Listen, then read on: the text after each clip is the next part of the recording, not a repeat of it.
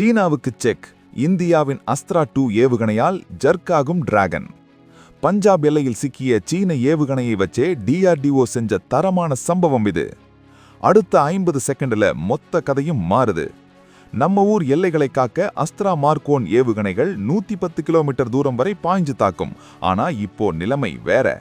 Operation Sindoor அப்போ பாகிஸ்தான் போட்ட சீன தயாரிப்பு PL-15 ஏவுகணை வெடிக்காம நம்ம பஞ்சாப்ல சிக்கிடுச்சு. அதுதான் இப்போ சீனாவுக்கு வினையா முடிஞ்சிருக்கு.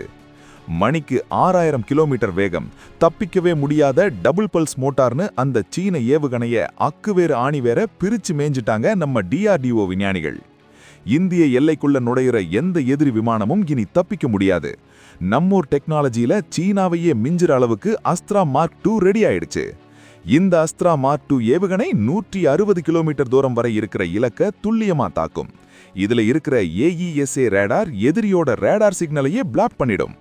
டபுள் பல்ஸ் மோட்டார் இருக்கிறதால ஏவுகணை பாதியில நிக்காம எக்ஸ்ட்ரா வேகம் எடுத்து எதிரி விமானத்தை சுக்கு நூறாக்கிடும்.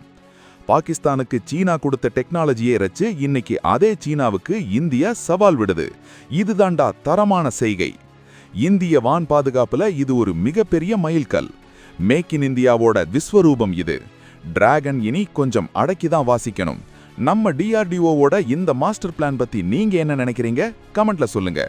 இந்த பெருமையான விஷயத்தை எல்லாருக்கும் ஷேர் பண்ணுங்க. மேலும் அப்டேட்ஸுக்கு சப்ஸ்கிரைப் பண்ணுங்க. ஜெய் ஹிந்த்.